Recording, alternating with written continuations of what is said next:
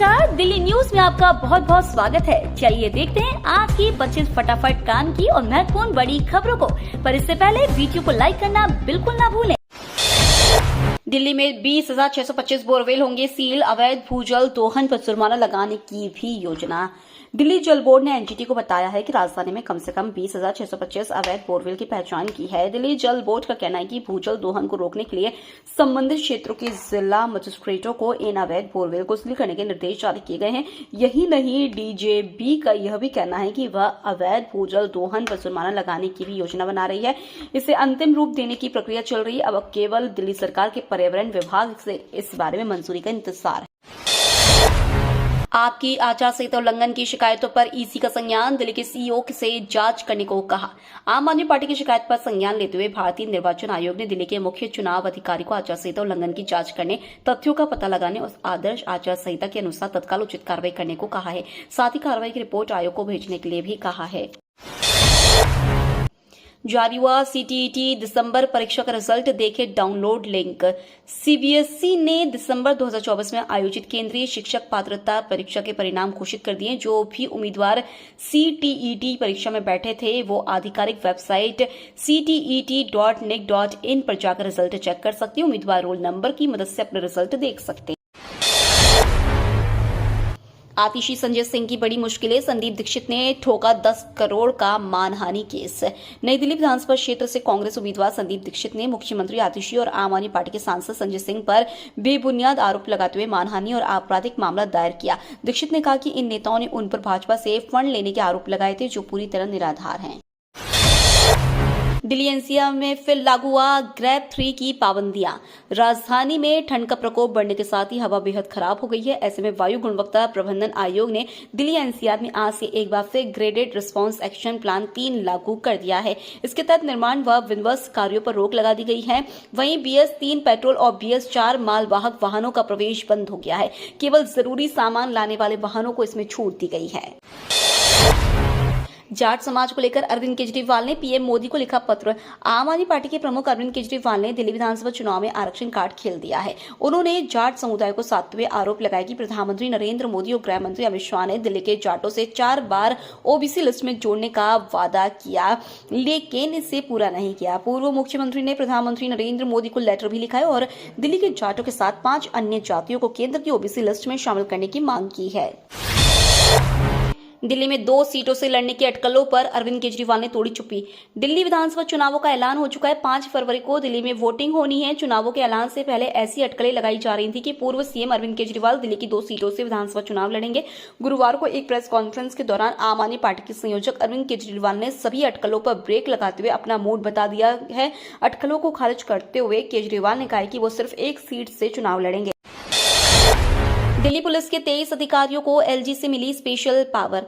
Delhi police के 23 अधिकारियों को उपराज्यपाल वीके सक्सेना ने स्पेशल पावर दी है। अब ये अधिकारी सोशल मीडिया से गलत सामग्रियों को हटा सकेंगे। इसे लेकर एलजी ने एक अधिसूचना जारी की है, जिसके अनुसार उपराज्यपाल विनय कुमार सक्सेना ने सूचना प्रौद्योगिकी अधिनियम के तहत गलत सामग्री को हटाने के लिए सोशल मीडिया कंपनियों और अन्य मध्यस्थों को टेक डाउन आदेश जारी करने के लिए कम से कम 23 वरिष्ठ दिल्ली पुलिस अधिकारियों को शक्ति दी है।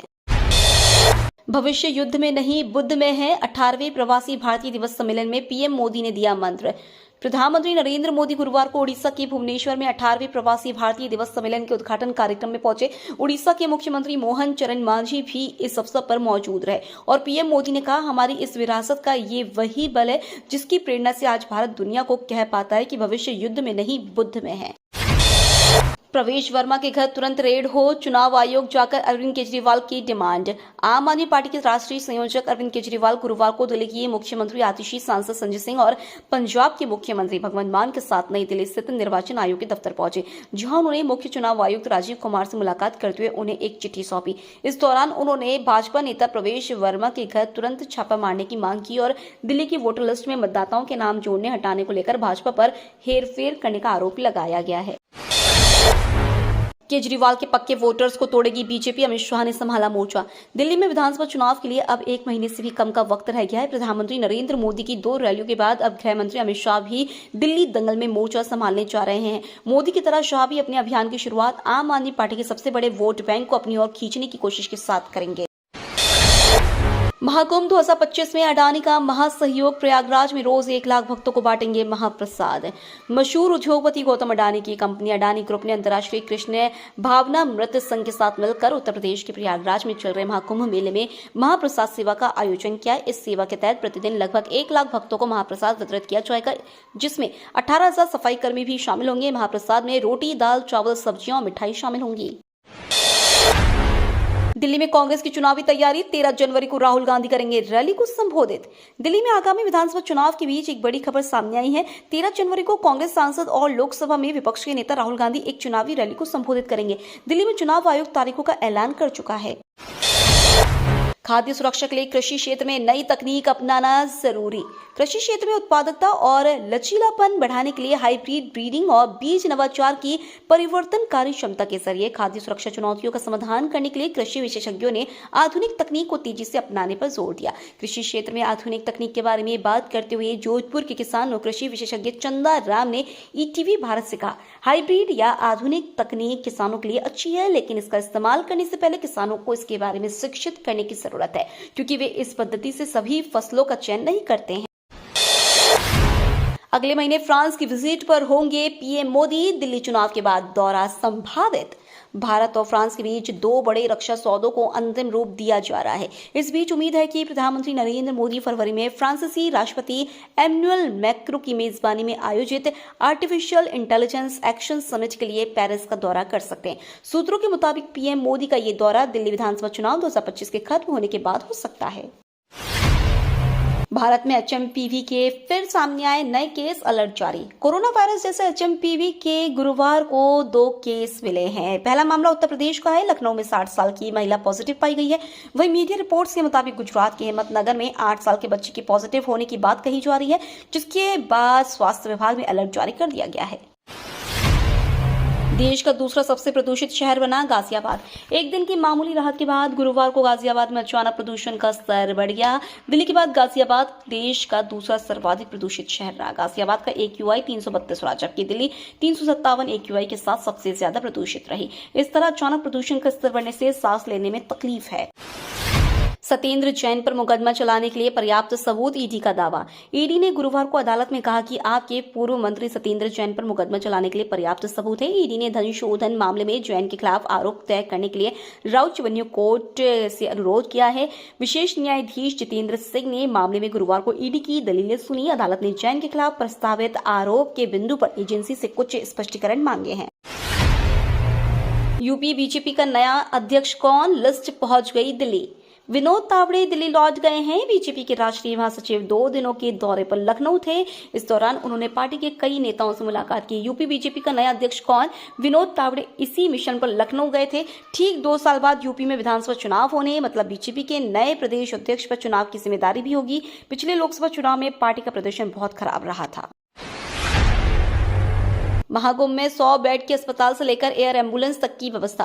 प्रयागराज में महाकुंभ को लेकर सभी तैयारियां पूर्ण कर ली गई हैं। स्वास्थ्य सुविधाएं उपलब्ध कराने के लिए 100 बेड का केंद्रीय अस्पताल बनाया गया है। इसके अलावा 23 अन्य अस्पताल बनाए गए हैं। एक अलग से लैब की स्थापना की गई है, जहां पर 50 तरह की जांचें निःशुल्क होंगी। उत्तर प्रदेश के उप मुख्यमंत्री ब्रजेश पाठक ने मीडिया से बातचीत में यह जानकारी दी है।